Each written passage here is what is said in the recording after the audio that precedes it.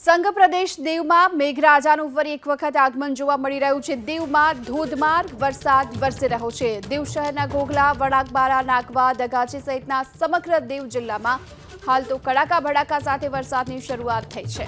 દીવના અલગ અલગ વિસ્તારોમાં અત્યારે મેઘરાજાએ પધરામણી કરી છે। ઘોઘલા, વણાકબારા, નાગવા બીચ સહિતના અનેક વિસ્તારો એવા છે કે જ્યાં ધોધમાર વરસાદ વરસી રહ્યો છે। વધુ વિગતો મેળવીએ સંવાદદાતા દિલીપ મોરી આપણી સાથે જોડાઈ ચૂક્યા છે। દિલીપ, કયા કયા વિસ્તારોમાં વરસાદ?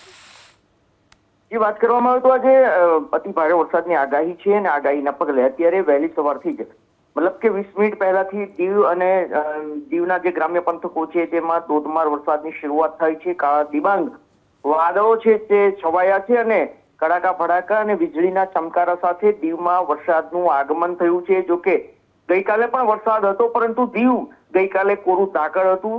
દીવમાં સિઝનનો આમ તો પ્રથમ વરસાદ છે જે ધોધમાર વરસાદનું આગમન થયું છે। દીવ હોય, દીવનું ઘોઘલા શહેર હોય કે વણાકબારા ગામ હોય, નાગવા હોય, દગાચી હોય, આ તમામ જે નાના ગ્રામ્ય વિસ્તાર છે અને જે શહેરો છે આ તમામ જિલ્લાની અંદર વરસાદ છે તેનું આગમન થયું છે। આ સિવાય દીવની નજીક જે અડીને આવેલા છે ગુજરાતના ઉનાના અમુક ગામો, આ ગામોની અંદર પણ વરસાદનું આગમન થયું છે।